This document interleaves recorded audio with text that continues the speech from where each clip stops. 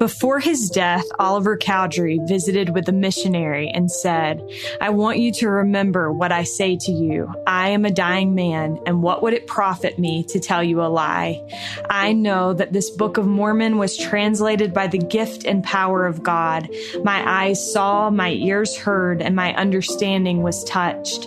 And I know that whereof I testified is true. It was no dream, no vain imagination of the mind. It was real." End quote.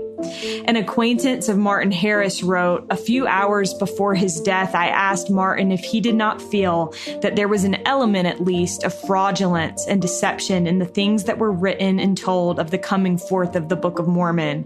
And he replied, as he had always done, and said, 'The Book of Mormon is no fake. I know what I know. I have seen what I have seen, and I have heard what I have heard. I have seen the gold plates from which the Book of Mormon is written.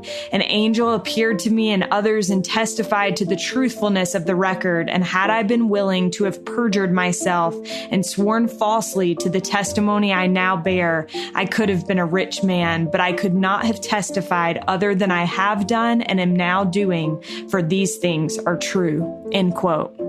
Before his own death, David Whitmer wrote a letter that was published in the Richmond Conservator.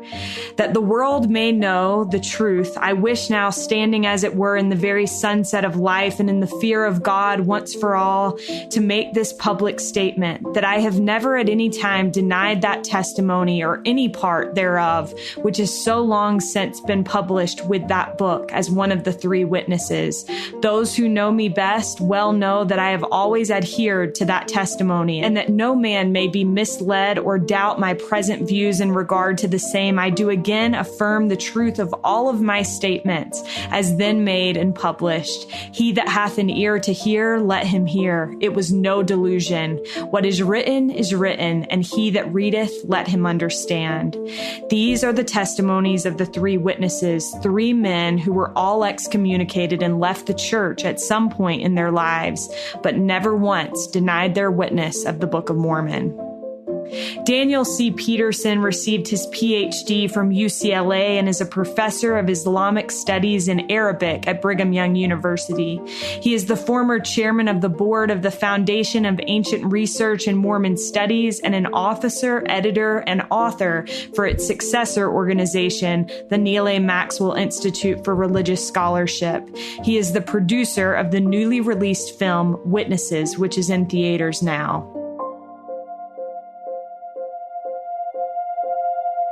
This is All In, an LDS Living podcast where we ask the question, what does it really mean to be all in the gospel of Jesus Christ? I'm Morgan Jones, and I am honored to have Dan Peterson on the line with me today. Dan, welcome. Thank you. Good to be here. Well, I'll start by saying I watched the movie Witnesses on Sunday night. I was able to get a little sneak peek courtesy of Arthur Van Wagenen, and I loved it. I thought it was excellent, and I found it interesting. There were so many things that I was not familiar with. And so as we go through this conversation, to be honest, it's mostly just going to be the questions that came for me personally as I watched the movie. And hopefully there'll be questions that other people will have as well as they watch. But first of all, before we get started, what initially drew you to the idea of making a movie about the three witnesses, and what makes them such a compelling part of our church's history? Yeah, I've been fascinated by the witnesses for a long, long time. And I have to say, probably the thing that got me going on it was a book that I think Deseret Book still carries by Richard Lloyd Anderson called Investigating the Book of Mormon Witnesses. It was published way back in 1981 or thereabouts. But he makes such a case for their character, their good character, their sanity, their consistency in telling the story. I thought, wow, this is impressive evidence. These testimonies are hard to get around. And he deals with not just the three, but the 8 witnesses as well. And that book has always been in my view, one of the great books ever published by any Latter-day Saint scholar anywhere, period. And so, by the way, it's not pure coincidence that the movie at the end is dedicated to the memory of Richard Lloyd Anderson. And I wrote the phrase, a witness to the witnesses. He died in 2018, which saddens me, but he was in his 90s. And, but I think he would have been really pleased to see this film made. But I've thought about the witnesses ever since. And I've thought they're the only, if you will, secular evidence, as opposed to the personal witness of the Spirit. They're the only public, objective, secular evidence that the Lord gives for the Book of Mormon. And he cares about them. They're mentioned in the Doctrine and Covenants. They're mentioned in the Book of Mormon itself. They're in every edition of the Book of Mormon from the first time it's printed in every language. That's obviously really important to the Lord. You know, chiasmus, parallels to ancient Arabia or ancient Mesoamerica.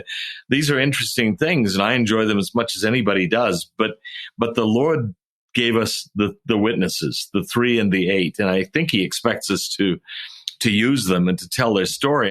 My concern is that I've heard people say, and not just non-members of the church, but members too, well, you know, the witnesses never actually claim to see anything with their actual eyes or to hear anything with their actual ears or they never claim to actually touch the plates. And I think, oh, yes, they did. And the only way that you can make statements like that is if you're not familiar with what they actually said.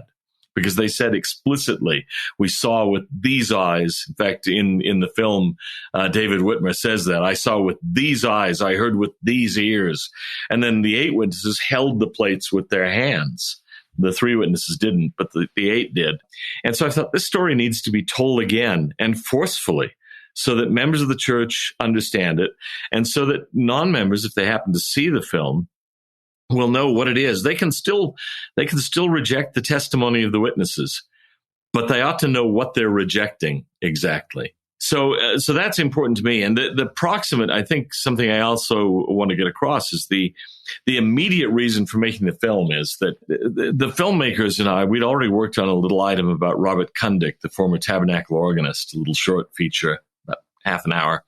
And we were talking about doing another one about the 2 brothers, Carl Anderson, whom President Hinckley dubbed Mr. Kirtland, sort of responsible for the development of the site in Kirtland, and his brother Richard Anderson, who was the great authority on the witnesses to the Book of Mormon. We wanted to do a joint profile of those 2 brothers. So I sent them some material that Richard had written about the witnesses, and they called me up at night and they said, we've got to talk. Can you come over right now? And I thought, oh, what is this about? Well, he said, we didn't know this stuff. And we're betting that most members of the church don't know this stuff. This is a great movie waiting to be made. This is a great story. We'd love to tell it. Well, that was music to my ears because I've always loved the witnesses and never thought anybody would propose something like that to me. So I hesitated for about 0.3 seconds and said, yes, let's do it. So that's how the movie came about, is this long-standing interest that the Lord has given us only this kind of evidence that he's really, really wanting us to use. And I haven't thought we were using it enough lately. So I love that. Dan, quick diversion for you. Have you always been a member of the church? Well, yes, and in a way, no. Okay. I grew up I was baptized at age 8, but I grew up to a marginally active mother and a non-member father in Southern California. So I really came to the church in a way on my own. I mean, I was dragged off to meetings once in a while, and I kind of knew that we were Latter-day Saints. But I have to admit that in my earliest years, I thought of the church as a round of boring meetings. And there was probably a brief period when I was, late preteens where I probably even considered myself an atheist. Really? Yeah. And then I began to learn about the gospel, and parts of it just caught my vision. They really spoke to me. And so I was, for a long time, much more active than my mother. And my father didn't come to church at all. So it was, in a sense, it's a personal conversion story. I was introduced to the church, but not guided to it, really. Later on, my parents became active, and my father joined the church. I baptized him on the night that I was set apart as a missionary. So it was a good start. That's amazing. That's awesome. Well, as you were talking and answering that first question, I thought, I have read Dan's stuff for years, and I don't actually know about him. So I'm glad. Thank you for answering that. Now we'll get back to the witnesses. There were several things that stood out to me as I watched the film. One thing right off the bat, there are a lot of seer stones in this movie. And I think this is something that there are strong opinions on. I think some people feel like the church has conceded too much, as in they've given too much credence to seer stones. What is your understanding of the use of seer stones in the church's history, and why was it so important to you to portray that in the film? Well, I think simply the historical sources are quite clear that Joseph used seer stones, and they were part of his cultural background, if you will. I don't know that if he were being called in the 21st century, the Lord would speak to him through a seer stone. But coming from the American frontier, that was a method he could use. And, you have the patriarch Joseph in Genesis who has a divining cup. He looks into the cup and that helps him to divine or to see things. I think the Lord speaks to us after the manner of our language and speaks to us on our level. So the evidence that there were seer stones in use in the early church by Joseph Smith is really, really clear. And it's from friendly sources, not hostile sources. So we felt that we had to, in all honesty, show the way it seems that the translation occurred, which was mostly not with the Urim and Thummim. But the question is made a little bit murky because the early sources use Urim and Thummim to refer to the crystals in a bow that came with the plates, and also to the seer stone. So sometimes you're not sure which one are they talking about. It's hard to tell. But the evidence for the seer stone is really strong. And it also played a role in the story of especially the Whitmer departure from the church. They were really taken with the seer stone. And the movie actually makes an issue of this. At one point, Hiram Page is receiving revelations through what he believes to be a seer stone. And Joseph tells him, no, this is not true. And I think it's David Whitmer who cries out, but Joseph, he gets these through a seer stone and you no longer use one. And this is where Joseph says, look, that was as milk to an infant. He explains to Orson Pratt at one point a little bit later. We don't show it in the movie, but he explains to Orson Pratt that he's now come to understand the principle of revelation, and he realizes he doesn't need a stone. Now, what role did the stone play? I don't know. Maybe it was a method of focusing your mind or something. I have no idea. But he eventually realized the stone was irrelevant. He didn't need it. But I think what we're seeing, and this is a point I've tried to make about the film, we're showing an emerging prophet. He's called to be a prophet, but he doesn't necessarily know right away everything he should do. We sort of imagine that Joseph, as soon as he's called, just has a clear vision of how he's supposed to run everything, what he's supposed to do. I can't imagine that's true. I think he was learning all the way until the day he was killed. But he does finally realize, I can get revelation by asking God, and he will speak it into my mind, or, in more dramatic cases, send an angel or something. I don't need a rock for that. Right.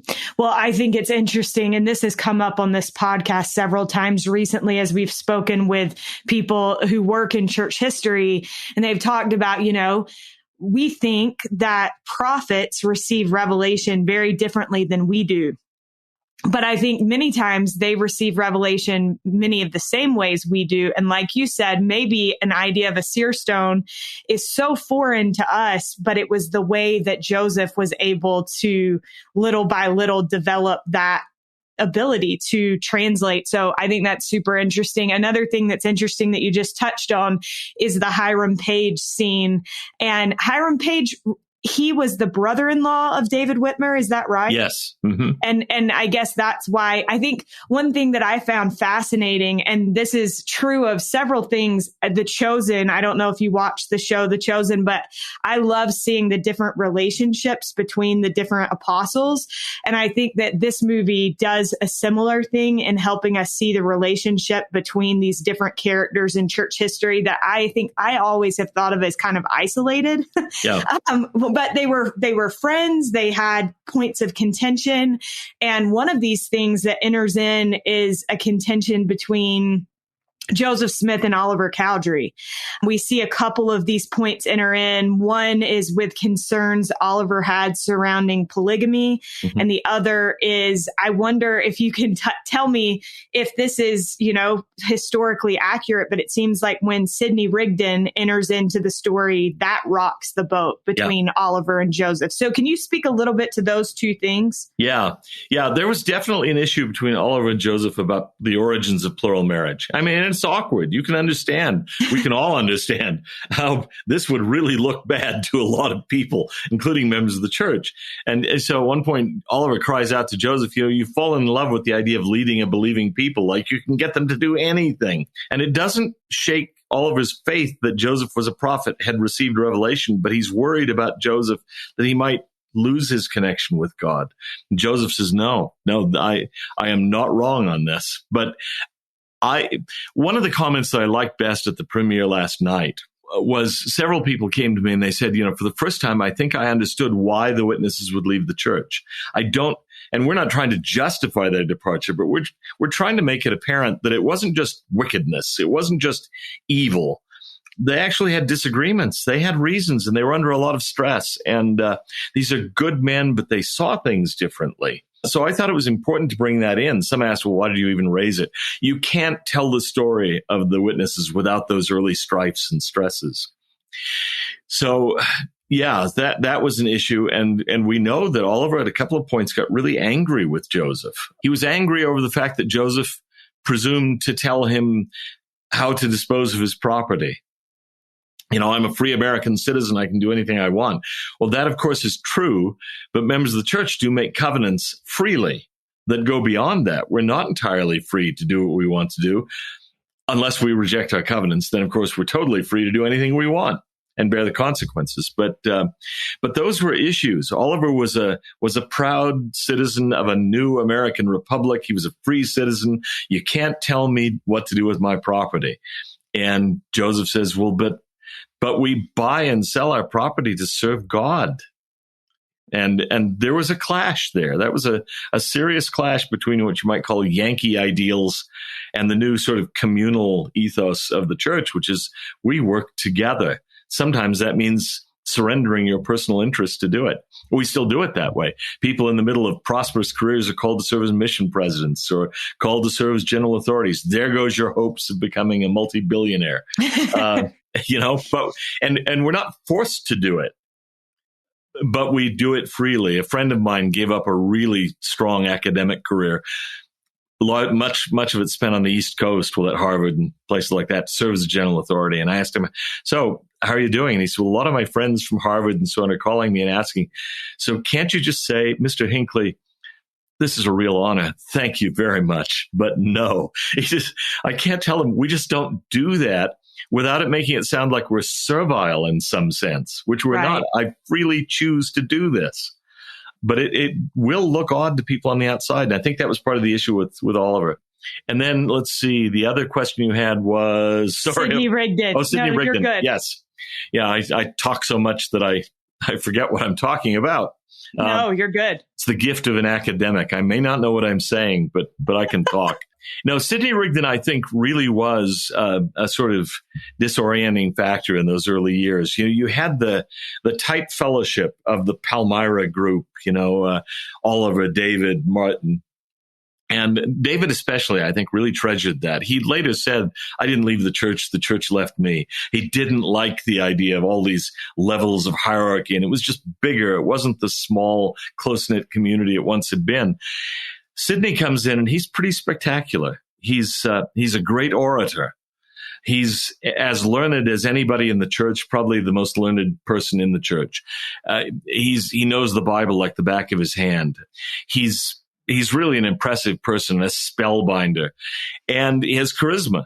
And I think that some of the older members, especially the ones who played a leading role, feel just a little bit, dropped onto the ash heap of history, slighted, like, well, what about me? I was here before. And I think the film hints strongly at that. When Joseph is calling Sidney to write for him, you can see David Whitmer standing in the background looking increasingly dark. He's not happy about this. Oliver's being slighted. And, but I think all three of them felt a bit that way. Martin explicitly. I always step in to help, and all I get stuck with is the church's bills. You never give me a great calling. I think bruised egos play a role in this too, which it's easy to point the finger at them, and say, well, what idiots. But I think to myself, yeah, well, I can point to them and say what idiots, but they were called to be the three witnesses and I was not. So a little humility is in order here. Well, and I also think, would we feel slighted if we were in that situation? Yes. Probably. We all know what that feels like, to be sort of shunted off to the side, or think we are. Absolutely. Right. And I think that this is something that we even see in our culture today with church callings, and something that people have felt and experienced or observed. So I think that this is really interesting to see how it enters in from the very beginning of church history. And I think it's just because we are human, and that is a part of being human. I want to touch on a couple of things that you just addressed. The first is, I want to really quickly, before we move from Sidney Rigdon, I found it really interesting in the movie to hear him, even after he joins the church, addressing members of the church with a bit of like a hellfire and brimstone approach. Yes. Did he really speak that way? He was apparently, as I say, a spellbinding orator. He was a great preacher. And I think one thing we need to understand is, in the old days, when he had a large crowd, and the crowd was probably larger than we show in the film, we just didn't have the budget to hire thousands of extras. But there would have been a certain element of yelling, I think, that was part of every sermon. When Joseph was preaching in the grove in Nauvoo to thousands of people, he can't have been doing reflective whispering or, that sort of thing. It had to be pretty much yelling to be heard in the back rows.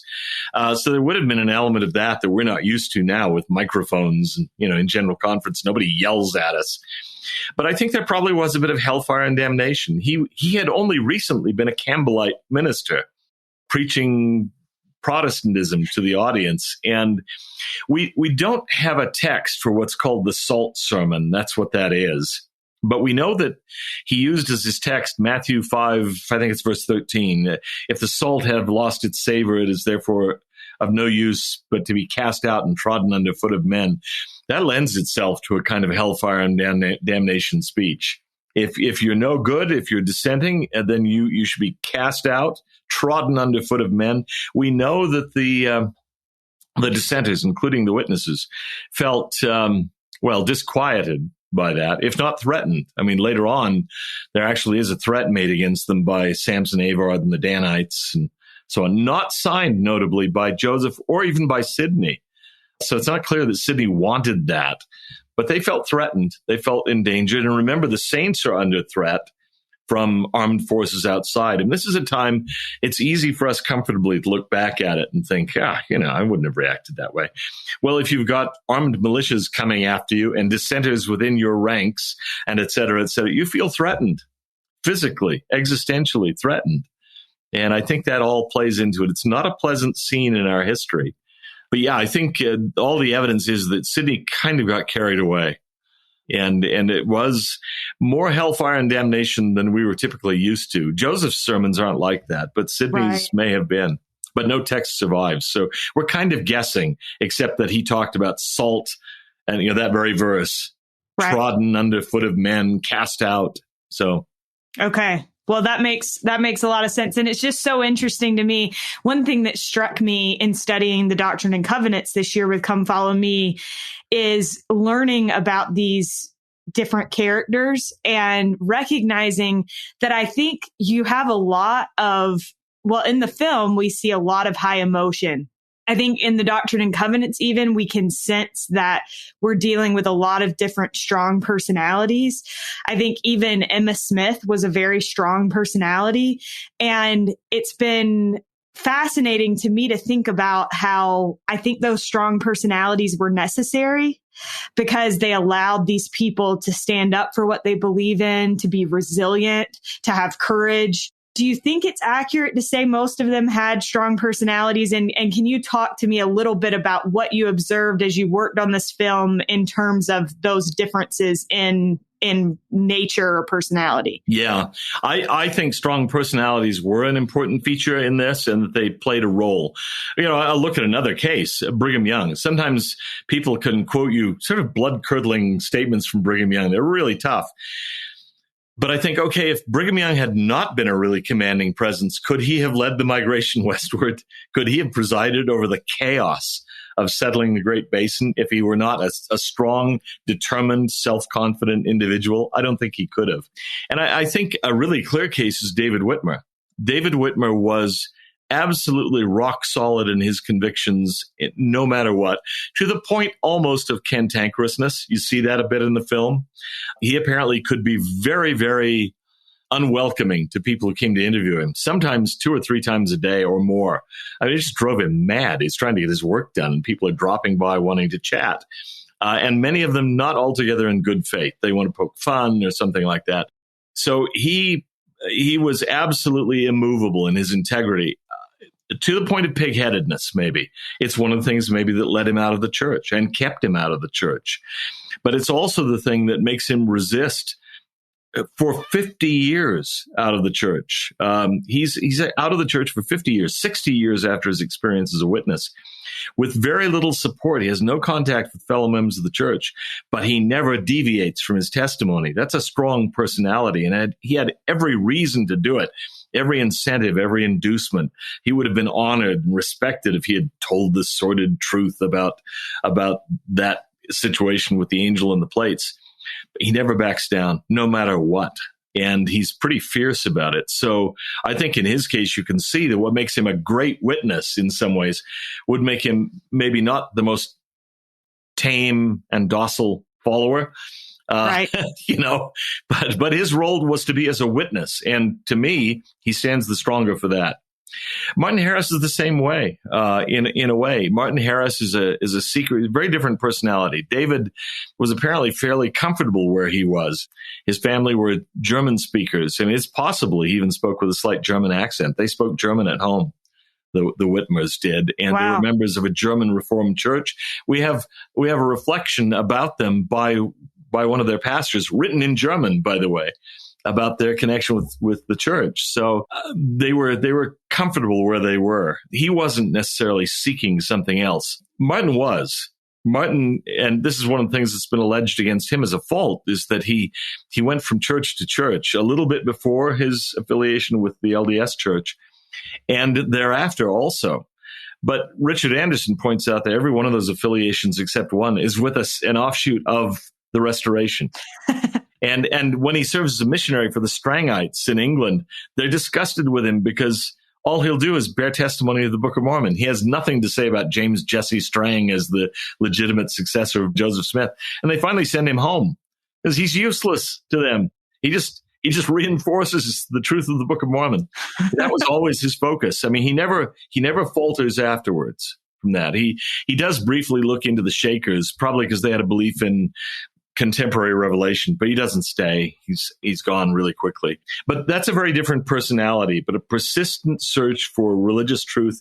And in the Book of Mormon, in Joseph Smith, he believed he found it. And he does come back to the church late in life and bears strong testimony to probably literally scores of people in the Cache Valley area into his ripe old age. Really valuable statements. And onto his deathbed, all of them onto their deathbeds.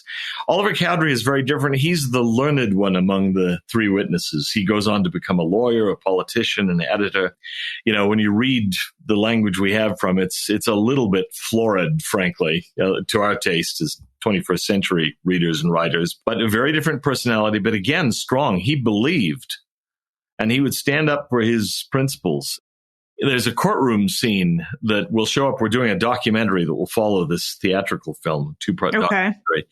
And in that, we show a scene of his being confronted in the courtroom when he's a defense attorney. And the prosecutor, I think it is, brings up his affiliation with the Book of Mormon. And, that's a chance for him to say, I am embarrassed by my early connections with that. Sorry. No, he says, okay, I've been confronted with this and I will answer. I know what I saw and I don't back away from it. I mean, he is not afraid, even though it costs him considerably. Right. So I think strong personalities are important. I remember even being told by a general authority friend of mine, he says, the fact that the Quorum of the 12 agree and come to consensus is remarkable because these are people with strong backgrounds. They have lots of experience and they have been leaders and so on. So he says the Lord doesn't call weak people necessarily to be his leaders. He calls people who have strong wills, lots of experience. And so when the Spirit speaks to them and they all bend the knee, like Brigham Young, totally submissive to Joseph Smith, that's a testimony in itself. Brigham Young was not submissive to anybody, But Joseph Smith, yes, that to me speaks volumes. Absolutely. Well, I think, listening to you describe the different personalities of those three witnesses is interesting because I feel like you all did a really good job of capturing that in the film. I think Oliver Cowdery, to be honest, have not been super familiar with him as an individual, and that kind of more educated approach comes through in the film, and you're like, oh, wow, I never thought of him that way. So kudos to you on that. Thank you. One thing that I also didn't know is that they were excommunicated and all three left the church at some point. David Whitmer never returned, but never denied his testimony. Martin and Oliver did come back to the church. So can you talk to me about what led to those excommunications and then what led them back? I think that the plural marriage, with Oliver Cowdery in particular, it was plural marriage. That was one of the things. And the church's involvement in temporal affairs, the Kirtland Bank, which then failed as part of the Great Panic of 1837. It wasn't just Kirtland, it was nationwide. It was a very bad time to start a frontier bank. But we also need to understand they needed banks on the frontier because there was, in many cases, no currency. People were involved in a barter economy. Banknotes made life so much more convenient than having to carry your 10 wheels of cheese to buy an ox and things like that. Banknotes you carry them in a pocket and you can go do transactions. Made life a lot easier. But there was almost no currency in the American frontier for a long time. But those sorts of issues bothered Oliver. David, I think it probably was the failure to use a seer stone, the growth of the church. He didn't like new offices like apostles and high priests. He liked a small little close-knit group. Thing is, that was impossible as the church grew. It could not possibly have grown into the church it is today. Martin Harris, I think, wounded vanity to an extent, and he just was kind of worn out. He'd always been approached for his money, his financial contributions. Yeah, and he just had it. But he and Oliver do come back. They can't deny what they saw. And there's a hole in Oliver's heart, I think, for a long time. Martin is kind of embittered for a while. And so it took some work to get him back. Actually, in both Oliver and Martin's case, the church undertook to try to reclaim them. Phineas Young, for example, did a lot of correspondence with, and that's Brigham's brother, at Brigham's request, I think, with Oliver Cowdery. And Oliver Cowdery says, look, there's a wonderful letter from him that I really, really like. He says, look, I want you to acknowledge that I was not guilty of some of the charges that were made against me in the heat of things in Missouri. They'd accused him of counterfeiting and things like that. He says, this is not true. And he says, it may seem a small thing to you, and this is what I really like. But he says, for me, if you had stood in the presence of Peter, James, and John the Baptist, and in the presence of the angel, you would want to make sure that your reputation was kept as spotlessly clean as you could have it. I need those charges cleared up. They have to be cleared up before I can return to the church. And basically they were. And he comes back. He'd wanted to for quite some time, but he insisted. That was kind of his bargaining chip. I will not come back under a cloud, not for myself. He said, it doesn't matter to me, but it matters because I'm a witness. I want my witness to be taken seriously, that I was a man of character. So that is part of his background. David, I've already alluded to the fact that I see David as a little bit on the pig-headed side, very stubborn. He would take a position and he would stand by it, which makes his testimony all the more impressive. But we kind of alluded before to the fact that the Whitmer family were really close-knit. And Oliver joined the Whitmer family, eventually married, after he was a witness, married one of the Whitmer girls. And Hiram Page was already a Whitmer son-in-law. When the Whitmer family left the church, they left as a pack.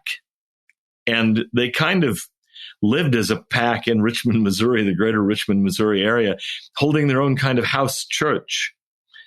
For them, that kind of satisfied the need for a community. They supported one another. And David is the last of that group to survive. He lives to 1888. I think it may be the stubbornness. He didn't agree with some of the things Joseph did. He never could. He didn't agree with Brigham Young. on some of the things because Brigham carries on Joseph's policies and practices. But he won't say anything negative about the gospel. And, people have said, well, doesn't that invalidate his testimony? Not to me, it doesn't. The only point that I care about, really, I care about David Whitmer a lot, and I hope that David Whitmer is saved and exalted. I actually believe that he will be. He went through a lot more than I can imagine. But the only thing about David Whitmer that really matters is what he heard and saw as a witness. His opinions about later theology are no more authoritative than anybody else's. But on the question of what he saw and what he heard, he has unique authority, and that's what counts. That's what counts in the cases of all the witnesses. And I might say he was so fiercely dedicated to his testimony. I don't know how many people in the audience will have been to Richmond, Missouri, and seen the cemetery where David Whitmer is buried, but there's an impressive thing there. There's a pillar about, 3-4 feet high that stands on his grave. And on top of it, in stone, are carved two books, obviously the Book of Mormon and the Bible. And on the side of the pillar, by his orders or by order of his family, hearing his wishes, it says, the record of the Jews and the record of the Nephites are one. Truth is eternal. Oh, and I wow. think he's bearing his testimony after his death as well as he can. And it reminds me of my favorite argument I ever heard against his credibility. Someone wrote to me and said, well, he was just terrified of Brigham Young. He knew that Brigham Young would have him done in if he ever told the sordid truth about the Book of Mormon. Well, Brigham Young dies in 1877. David has 11 years in which Brigham Young is gone. He can say anything he wants. What does he do? He bears his testimony. And then when he himself is dead, and he's as safe as anybody ever will be from Brigham Young or the Danites or the evil Mormons out in Utah, he's still bearing his testimony in stone on his tombstone. To me, boy, if that doesn't say sincerity, I don't know what would. You're so right. And I have never heard that. So I loved hearing that. Thank you so much. I want to go back to one thing, and I think it's so interesting what you said about Oliver Cowdery feeling like he couldn't come back until his name was cleared and wanting to maintain that integrity. There's a really interesting scene in the movie where Oliver is shown kind of his return to the church. How historically accurate is that? It is accurate. He did do that. He drove up in a carriage to a meeting of the saints, and I understand they're all whispering because a lot of them were relatively recent converts and some of them weren't. And they were whispering, who is that? That's Oliver Cowdery. Unbelievable. That's Oliver Cowdery. He's come back. And I think that some of the church leaders knew that he'd be coming back soon. They didn't know when exactly. Okay. And so for him to ride up with his wife in the carriage then and say, I asked to be rebaptized. We have his remarks on record. He bears his testimony. I was there. I was present with Joseph Smith for the restoration of priesthood. I heard the words of the Book of Mormon as they fell from his lips. I wrote them. Mr. Spalding did not write that book. Sidney Rigdon did not write that book. I wrote that book as it came from the lips of the prophet Joseph Smith. It's a strong testimony. And then he says, I seek no office. I don't want to be prominent among you. I don't need that. I just ask to be affiliated with you again. I'm not trying to take away from, and I think we quote it or to criticize those who've borne the heat of the labors of the day since Joseph died. I just want to be affiliated with you. And it's a moving thing because in 1850, joining the Latter-day Saints is not exactly a path to upward social mobility. They're being driven out. They're settling in the West. They've already settled in Salt Lake Valley, but it's adobe brick houses. He's not making a good career move. Right. Now we know that unfortunately he had tuberculosis or got it shortly thereafter, and he never made it out west. But he wanted to cast his lot with the saints, and he's really clear about that. Because he believes. He knows. Powerful. Yeah. Dan, why would you say that these three testimonies of the three witnesses are so foundational and fundamental to us as members of the church today? And what kind of gratitude do you hold in your heart, or should we hold in our hearts for these three men? I think we should be enormously grateful to them. And I know Joseph was. There's a scene where Joseph comes back, and it's not think it's not in the film, but it may be in the documentary, certainly in the historical record, where Joseph comes back in after the 3 witnesses and the 8 witnesses have had their experience. His mother says to his mother, I am so grateful. Now the people will know that I don't go around to deceive the people. I feel like I've had to carry this burden alone for so long. And now there are others who've seen what I've seen, and they know what I know. And so to me, it's the witness testimonies are extremely important because they take the whole thing out of the realm of subjective. I mean, you could say, and some people have tried to say, well, it's just Joseph imagining things. Now, the witnesses take it out of that realm. He's not just imagining things unless he's found 3 witnesses and then 8 additional witnesses and further informal witnesses who will also be covered in the documentary, who also see these things and hear these things and have these experiences. It gets to the point where it's either an outlandishly large conspiracy, which is really hard to believe. Conspiracies don't last, especially big ones like this. Somebody would have spilled the beans, but nobody ever does. Or he's just found the, 15 or 20 craziest people in the new world, who all will see things on his command. We tell the story in the documentary of Mary Whitmer, who goes out to the barn to milk cows and do chores. And she's probably a little upset. She's seen Joseph and Oliver go down skipping stones on the stream, which you also see Martin and Joseph do at one point in the theatrical movie. Because these are farm guys who are used to being out in the open air all the time. They've been sitting inside dictating and taking dictation. They can't stand it. So they go out and they skip a rock on the river, and Joseph throws in a big chunk of rock. Just has to move his muscles and get some sun. Well, Mary Whitmer has been doing all the chores on the Whitmer farm, and she's not pleased. She sees them go out to skip stones as well. They could milk the cows too, couldn't they? And so she's about to throw them off the farm. When this experience happens, she may be the first witness after Joseph Smith of the plates. It's not entirely clear when this happened, but it could well be that she's the first before the 3 witnesses and the 8. And to me, that's really important, that we have all these multiple witnesses, and they come at it from different backgrounds. They don't see it. They don't see the things all together. Even the 3 witnesses divided into 2 groups. The 8 witnesses may have been. We're not sure. One account says they were. But the informal witnesses like Mary Whitmer, they see it on their own without expecting to see the plates or see an angelic messenger. Taken all together, this means it simply cannot be Joseph Smith's imagination. Now, Fawn Brodie, the old critical biographer of Joseph Smith in the 1940s, dismisses Mary Whitmer's experience by saying Joseph must have been astonished at his ability to induce visions in people when he wasn't even there. Well, yeah, I would be astonished at it too, because there's no record of anything like that ever happening. How do you do that? How do I cause somebody who's 1,000 yards away to have a vision with no contact with that person? That's a glib line, but it doesn't explain her away. Right. And she told the story to her son, David. She told it to her grandchildren. And the record shows she never complained after that. It was a hard lot of work doing all the chores around the farm, but she was willing to do it with that witness. She knew it was true. So, right.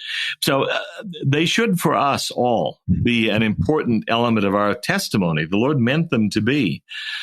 We can get our own spiritual witness, but we can rely on the words of those who saw, those who knew.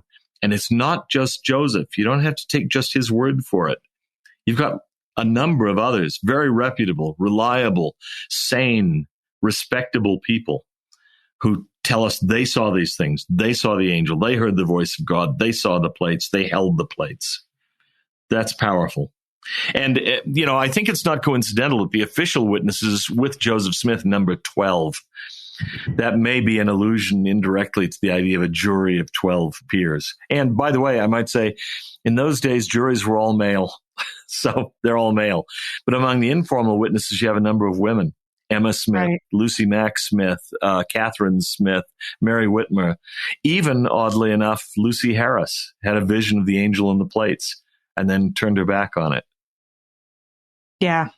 Well, I think it's Lucy Harris is another really interesting character in the film. I was not as familiar with her either, and she's quite the character, it seems like. Yeah, she is. She's more complex, I think, than a lot of people see her as she. One article that I read a number of years ago said that she was profoundly deaf. That's alluded to in the film. But this person had done some study or was an expert on this subject. He said, sometimes, especially before hearing aids, people who are profoundly deaf would also become slightly paranoid because they felt, since they couldn't hear, that people around them were always talking about them or plotting against them. And he says, you see that in her behavior toward the plates. Lucy Macksmith says that she had a vision. She actually is, again, this is weird, and it's alluded to in the theatrical film.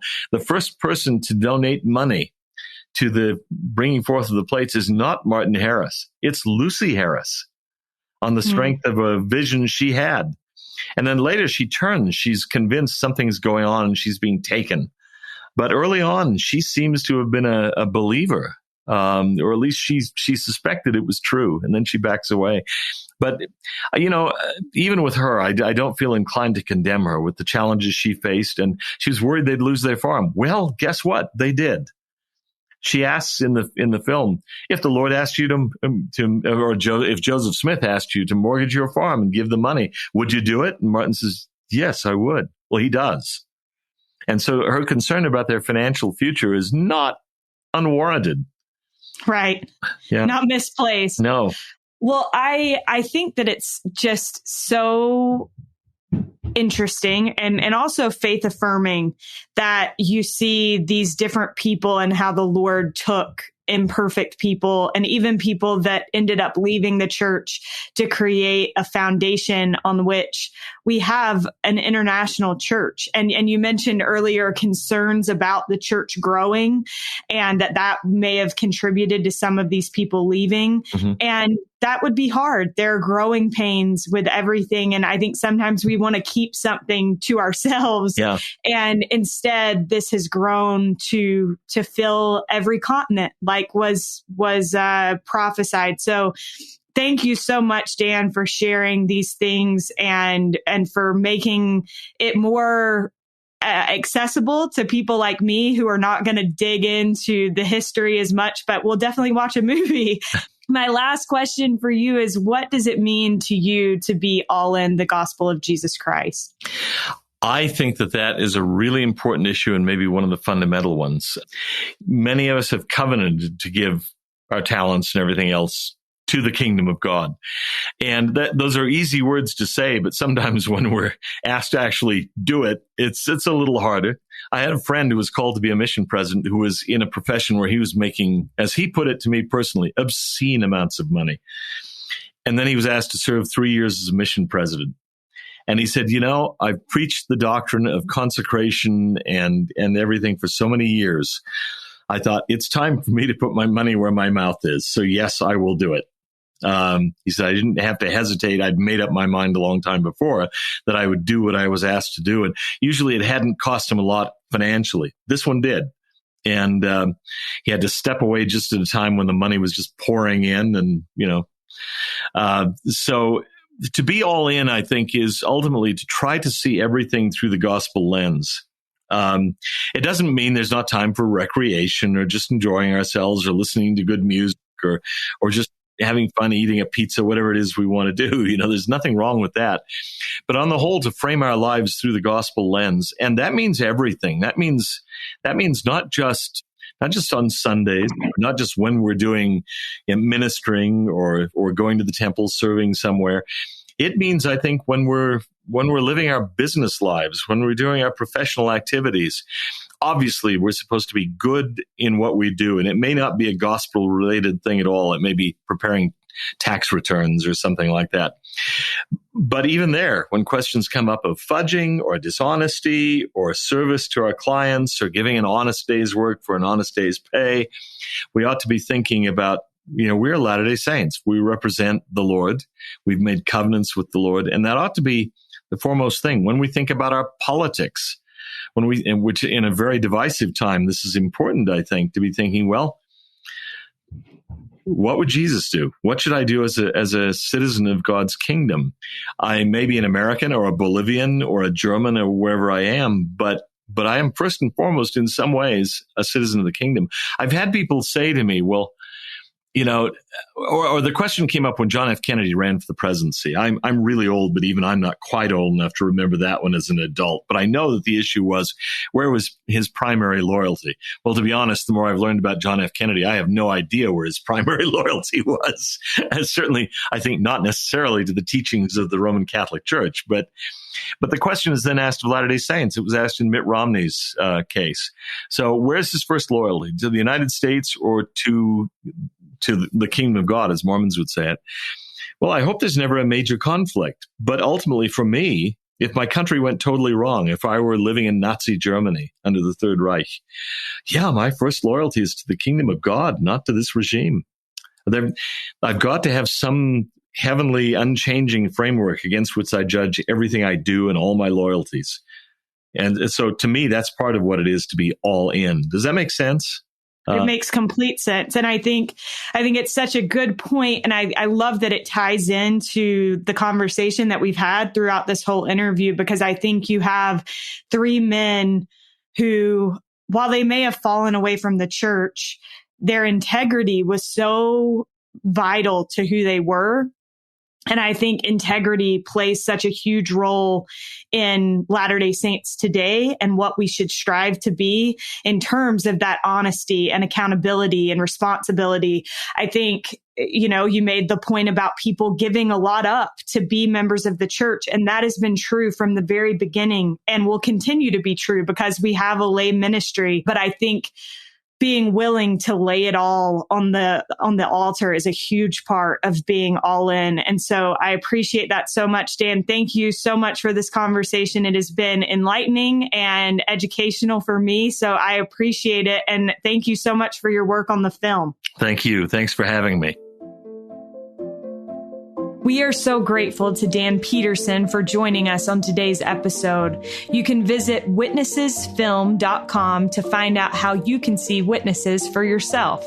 Thanks to Derek Campbell of Mix It 6 Studios for his help with this and every episode of this podcast. And thank you, as always, for listening. As a reminder, the new All In book is available for pre-order now. And with the code ALLIN6, you can get 15% off. You can find that at deseretbook.com. We'll be with you again next week. Thank you so much for listening.